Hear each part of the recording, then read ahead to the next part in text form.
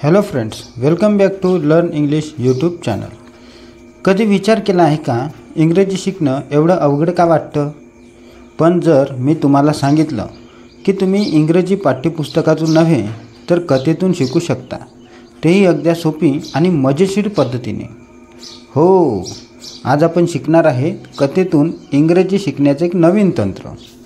तर आजची गोष्ट आहे the ant and the dove, मुंगी आणि कबूतर. ही फक्त गोष्ट नाही तर इंग्रजी बोलायला शिकवणारा एक जिवंत धडा आहे.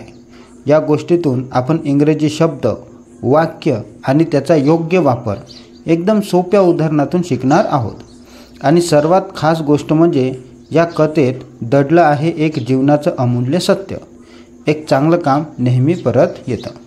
मग चला शिकूया इंग्रजी कथा ऐकत, भावना समजत आणि प्रेरणा घेत. कथेतून इंग्रजी अगदी सोप्या शब्दात.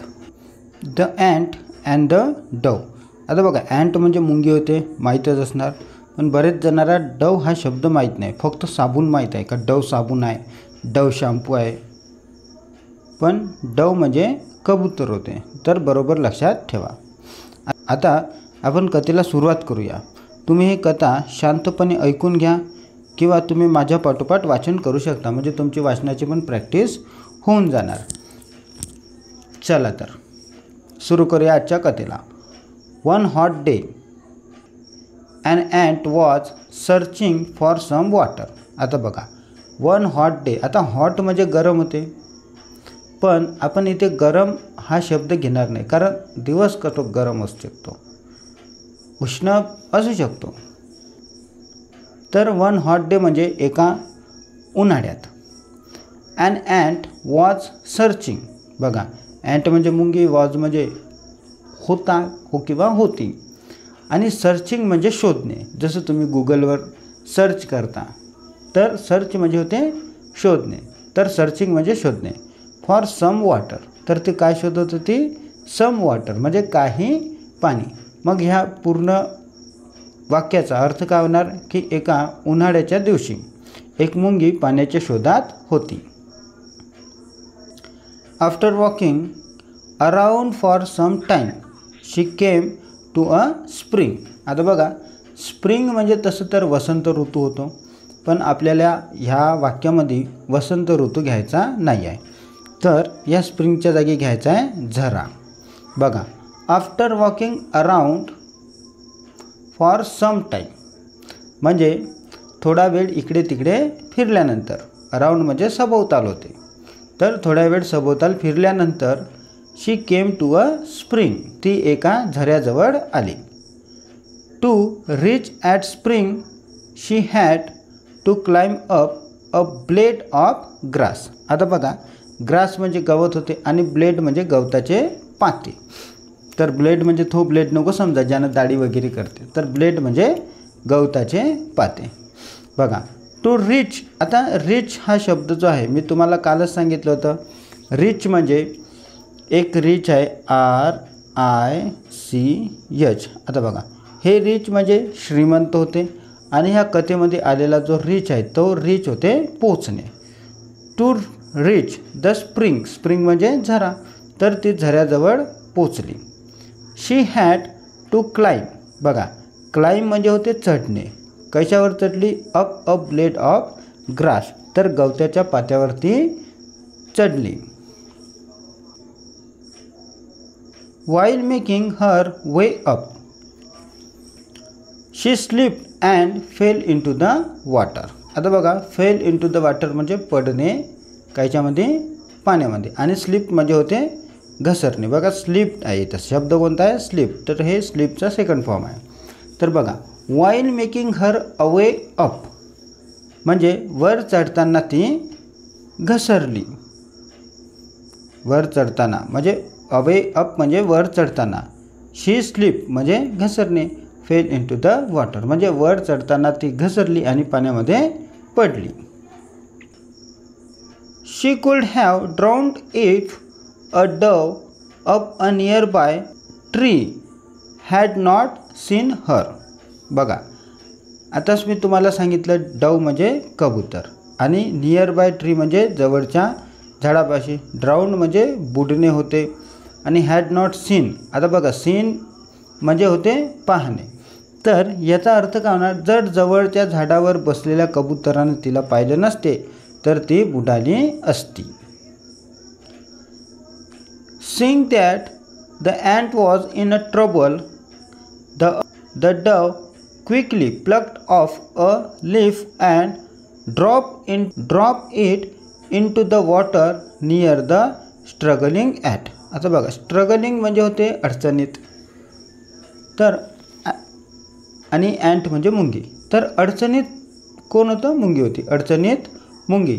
क्विकली प्लग म्हणजे पटकन तोडणे, काय तोडणे, लीफ, लीफ म्हणजे होते पान, आणि drop into the water near the struggling ant म्हणजे ते पान पाण्यामध्ये मुंगीच्या जवळ टाकलं. मग ह्या संपूर्ण वाक्याचा अर्थ होणार, मुंगी अडचणीत आहे हे पाहून कबुतराने पटकन एक पान तोडले आणि ते मुंगी जवळ पाण्यामध्ये टाकले.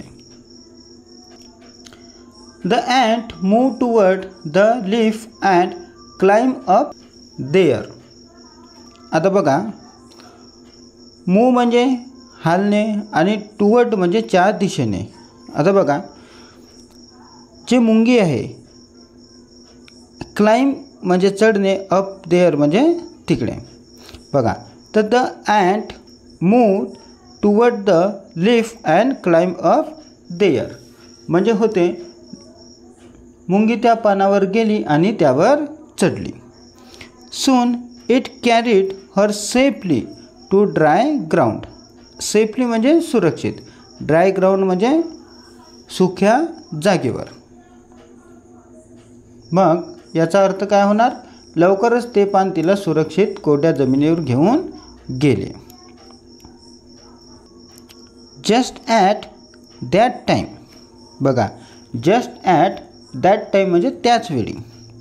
अ hunter nearby was throwing out his net toward the dove hoping to trap it. आता ट्रॅप इट म्हणजे होते, ट्रॅप म्हणजे होते पकडणे, इट म्हणजे त्याला म्हणजे डवला, डव म्हणजे कबूतर, आणि टुवर्ड म्हणजे आता सांगितलं च्या दिशेने, आणि हंटर म्हणजे होते शिकारी, नियर बाय म्हणजे जवळ.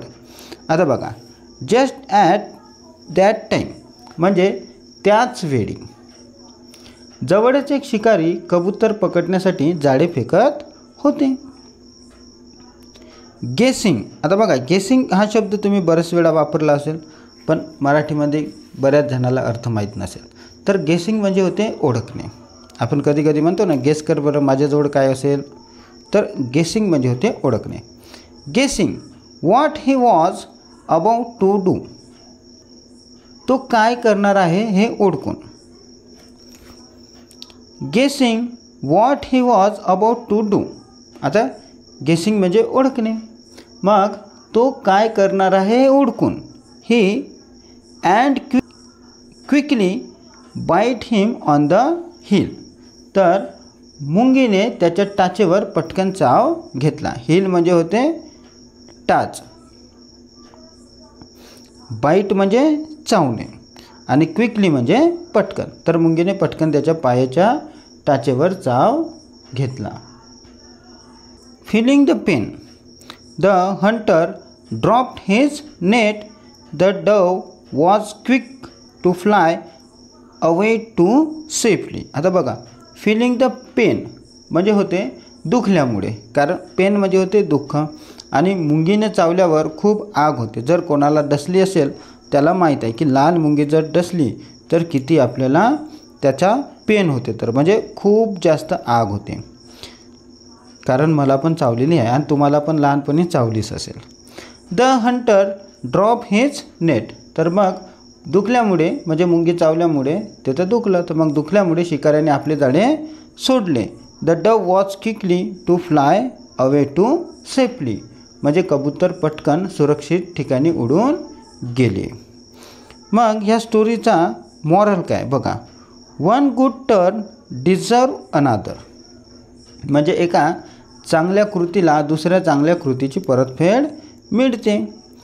आणि सोपं सांगायचं झालं तर जर आपण दुसऱ्यासाठी एखादी चांगली गोष्ट करत असेल तर आपल्यासाठी पण दुसरे चांगली गोष्टच करणार. म्हणून कधीही दुसऱ्याचं चांगलं करायचा विचार ठेवा, कारण एक दिवस आपलं पण चांगलं होणार.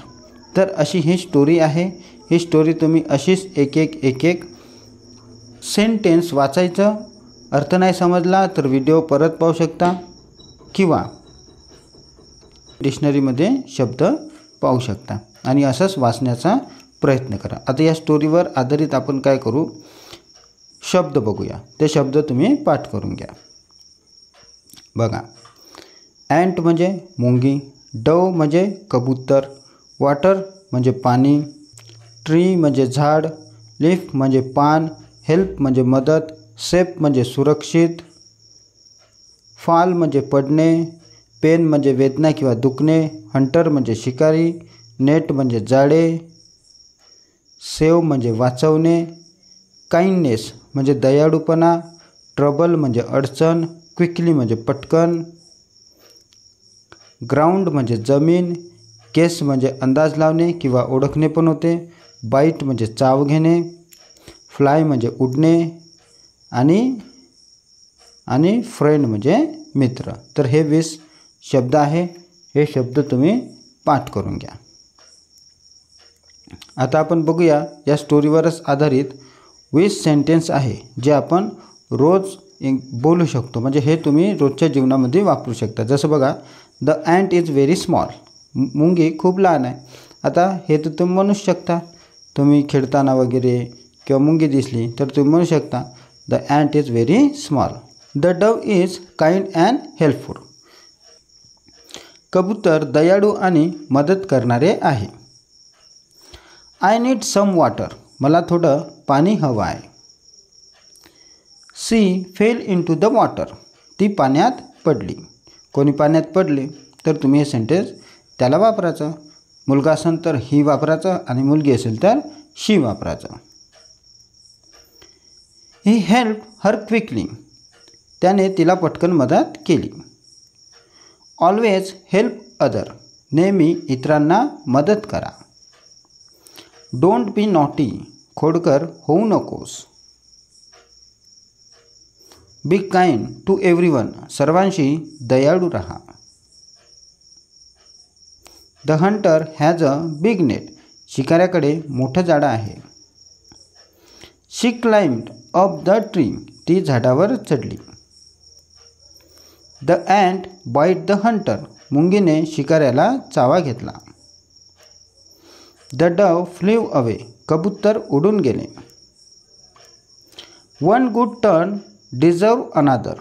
एक चांगली कृती दुसऱ्या चांगल्या कृतीचे पात्र असते. हे मी आत्ताच समजावून सांगितलं. म्हणजे तुम्ही दुसऱ्यासाठी चांगलं करत असाल तर तुम्हाला पण एक दिवस चांगलं होणार. I will save my friend. मी माझ्या मित्राला वाचवेन. He guessed the truth. त्याने सत्याचा अंदाज लावला. They are safe now. ते आता सुरक्षित आहेत. Don't hurt anyone. कोणालाही दुखावू नकोस.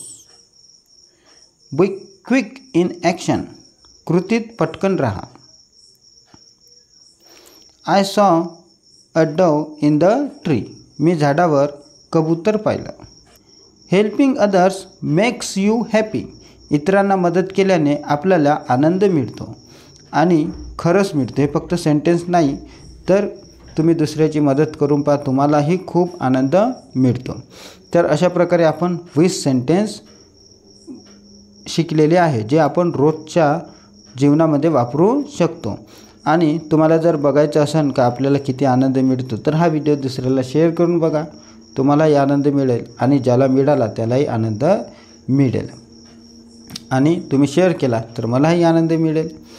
तर अशा प्रकारे हा व्हिडिओ जर तुम्हाला युजफुल वाटत असेल तर तुम्ही लाईक करा. नवीन असाल तर सबस्क्राईब करा. आता भेटूया पुढच्या व्हिडिओमध्ये. तोपर्यंत तुम्ही मी दिलेल्या शब्दांचा, कथेचा आणि या सेंटेन्सचा तुम्ही सराव करत राहा. भेटूया आता पुढच्या व्हिडिओमध्ये.